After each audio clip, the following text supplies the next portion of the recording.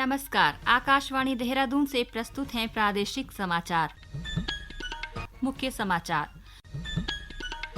ओडिशा के बालेश्वर में बहनागा रेल दुर्घटना स्थल पर मरम्मत का काम युद्ध स्तर पर जारी है। शिक्षा का अधिकार कानून के तहत प्रदेश के निजी स्कूलों में प्रवेश के लिए 8 जून को लॉटरी होगी। केंद्र सरकार ने निर्धारित खुराक वाली 14 दवाओं पर प्रतिबंध लगा दिया है। और प्रदेश में मानसून से पहले आपदा न्यूनीकरण की तैयारियां शुरू कर दी गई हैं। समाचारों के साथ मैं नीता कांडपाल। अब समाचार विस्तार से। ओडिशा के बालेश्वर में बहनागा रेल दुर्घटना स्थल पर मरम्मत का काम युद्ध स्तर पर किया जा रहा है, जिसमें 1000 से अधिक कर्मचारी दिन रात जुटे हैं। रेल मंत्रालय के सूत्रों ने कहा कि 7 से अधिक पोकलैंड मशीनें, 2 दुर्घटना राहत ट्रेनें, 4 सड़क रेलवे वाहनों और सुरक्षा क्रेनों को मरम्मत के काम में लगाया गया है। इस बीच ओडिशा सरकार रेल दुर्घटना में मारे गए 160 अज्ञात और लावारिस शवों को भुवनेश्वर के विभिन्न शवगृहों में भेज रही है। राज्य के मुख्य सचिव प्रदीप जैना ने मीडिया को बताया कि कुछ पीड़ितों के शव उनके परिजनों को सौंप दिए गए हैं। हालांकि उन्होंने कहा कि अधिकारियों को अभी तक लगभग 160 शवों की पहचान करना बाकी है।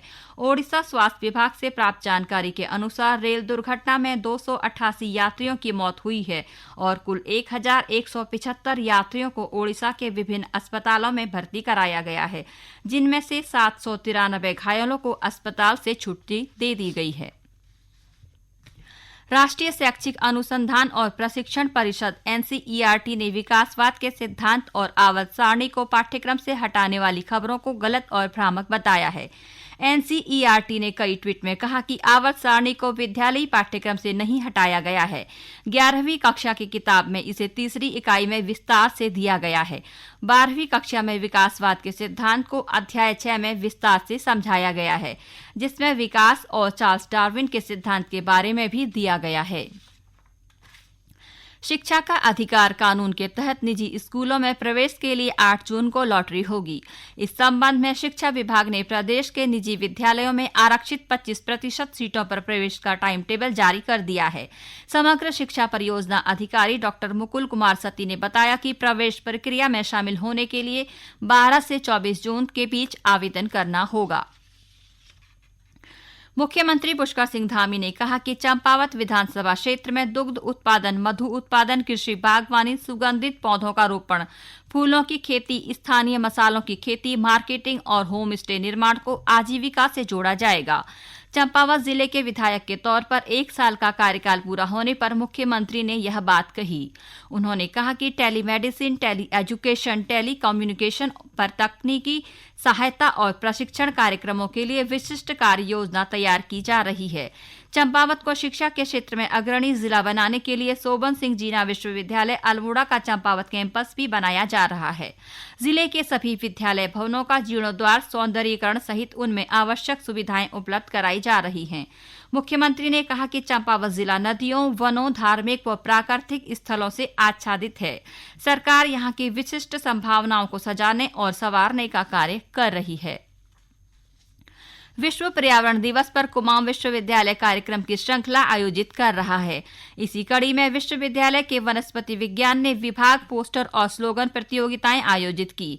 इस स्पर्धा में स्नातक वर्ग में 20 और स्नातकोत्तर वर्ग में 37 समेत कुल 57 छात्र छात्राओं ने प्रतिभाग किया। प्रतियोगिता के परिणाम कल विश्व पर्यावरण दिवस पर घोषित किए जाएंगे।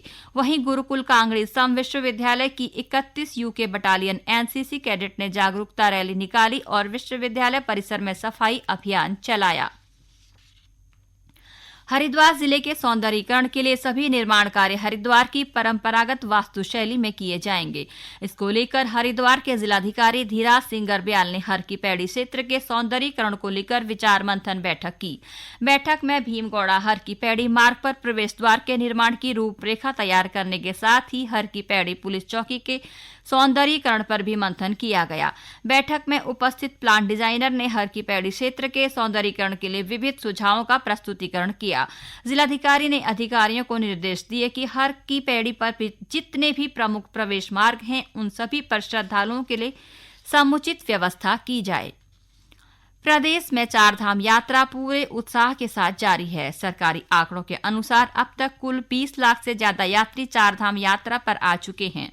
कपाट खुलने के बाद से बीते रोज तक सर्वाधिक 6,91,026 यात्रियों ने केदारनाथ धाम की यात्रा की। बद्रीनाथ धाम के दर्शन करने वालों की संख्या फिलहाल केदारनाथ आने वाले श्रद्धालुओं की अपेक्षा कम है। यहां कुल 5,80,185 यात्री शनिवार तक दर्शनों के लिए पहुंचे। गंगोत्री में 3,87,979 और यमुनोत्री में 3,50,040 श्रद्धालु पहुंचे। वहीं हेमकुंड साहिब के कपाट खुलने के बाद वहां 22,691 यात्री अब तक दर्शनों के लिए पहुंचे हैं। प्रदेश के पुलिस महानिदेशक अशोक कुमार का कहना है कि चारधाम यात्रा पर आ रहे श्रद्धालुओं को सुगम दर्शन, सुरक्षित यात्रा कराने के लिए पुलिस के जवान समर्पित भाव से तैनात हैं। ये समाचार आकाशवाणी के देहरादून केंद्र से प्रसारित किए जा रहे हैं। केंद्र सरकार ने निर्धारित खुराक वाली 14 दवाओं पर प्रतिबंध लगा दिया है। सरकार का कहना है कि इन दवाओं में उपचारात्मक कमी पाई गई है और इनमें स्वास्थ्य को खतरा पैदा हो सकता है। सरकार ने कल अधिसूचना जारी कर कहा कि निर्धारित खुराक वाली इन दवाओं के विनिर्माण, बिक्री और वितरण पर व्यापक जनहित में प्रतिबंध लगाना जरूरी है। एक विशेषज्ञ समिति ने अपनी सिफारिश में कहा कि निर्धारित खुराक वाली इन दवाओं के तत्वों में उपचारात्मक विशेषता नहीं है और इनमें मनुष्य के स्वास्थ्य को खतरा पैदा हो सकता है।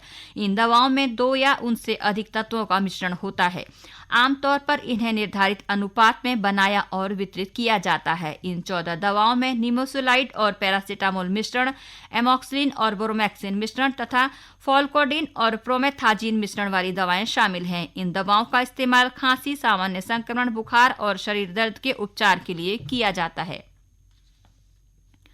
राष्ट्रीय स्वयंसेवक संघ के सरसंघचालक डॉक्टर मोहन भागवत ने कहा कि 142 करोड़ लोग भारत की रीढ़ की हड्डी के मन के हैं। हमें अपने धर्म को प्रत्यक्ष रूप से आचरण में उतारना होगा।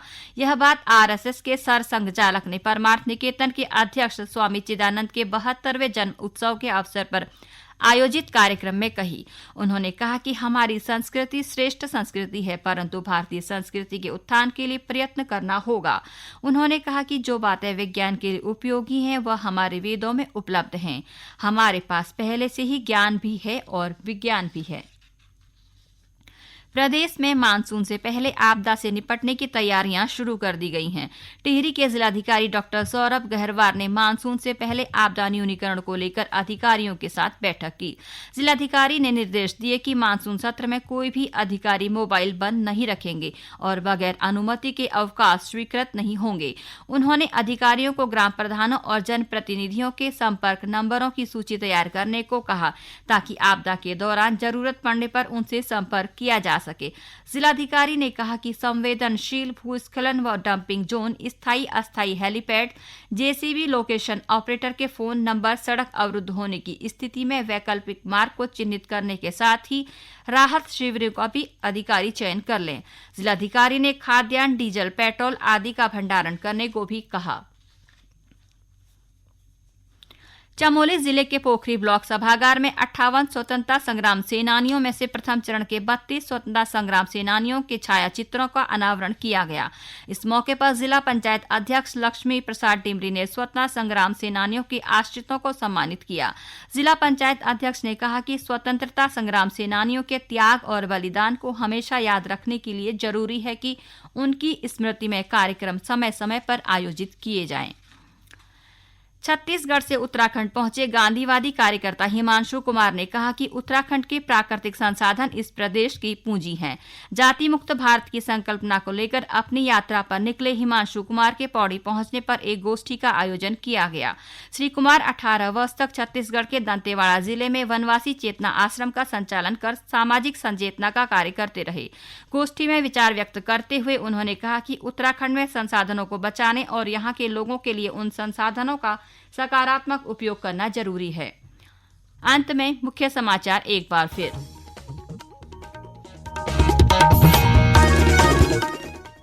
ओडिशा के बालेश्वर में बहनागा रेल दुर्घटना स्थल पर मरम्मत का काम युद्ध स्तर पर जारी है। शिक्षा का अधिकार कानून के तहत प्रदेश के निजी स्कूलों में प्रवेश के लिए 8 जून को लॉटरी होगी। केंद्र सरकार ने निर्धारित खुराक वाली 14 दवाओं पर प्रतिबंध लगा दिया है। और प्रदेश में मानसून से पहले आपदा न्यूनीकरण की तैयारियां शुरू कर दी गई हैं। इसके साथ ही दोपहर के प्रादेशिक समाचार का ये बुलेटिन समाप्त हुआ। नमस्कार।